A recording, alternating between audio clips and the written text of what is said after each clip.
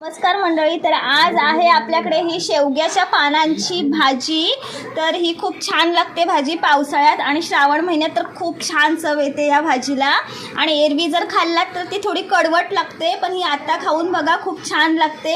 ही भाजी मी स्वच्छ धुवून घेतली आहे. ही भाजी पाण्यातली करणार आहेत, म्हणजे ह्याच्यासाठी मी पाणी गरम करत ठेवले, थोडंसं आंदण म्हणतात ना ते घेतलेलं आहे. छान कड आलंय. आता ह्याच्यामध्ये आपण कांदा घालून घेऊया. कांदा आणि ही ओली मिरची आहे. आता ह्याच्यामध्ये आपण कांदा आणि मिरची टाकून घेतली आहे पाण्यामध्ये.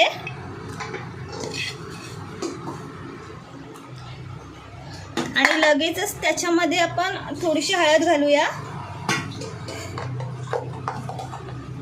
आणि थोडंसं हिंग आणि चिमूटभर फक्त हे खायचा सोडा आहे ते घालायचं आहे, म्हणजे ह्याच्याने भाजी चांगली मऊ शिजते. मीठ टाकून घेऊया. चवीपुरतं मीठ घालायचं आहे. थोडंसं कड येऊन द्यायचं आहे. कुईमध्ये आपण थोडंसं तेल टाकून घेऊया.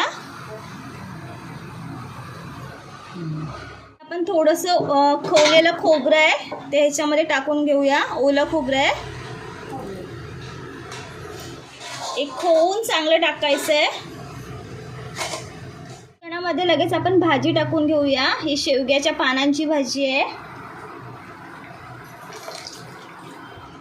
ही याच्यामध्ये टाकून घेऊया.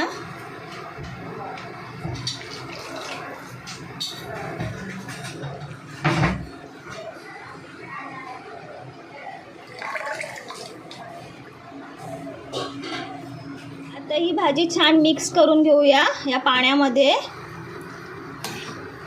लगेच शिजते भाजी, वेळ नाही लागत. हे बघा मऊ झाले लगेच. ही भाजी आमच्या कोकणामध्ये पावसाळ्यात श्रावण महिन्यात सर्व घरामध्ये खातात. सर्वांना आवडते ही भाजी आणि मला तर खूपच आवडते. माझी वहिनी तर 3-3 डिश भरून खाते. भात कमी पण भाजी जास्त खाते ती. ही बघा आपली भाजी खूप छान शिजते, मऊ पण झाली आहे. आणि मग अशी दाखवलं तर टोप भरली होती, आता बघा किती कमी झाली आहे.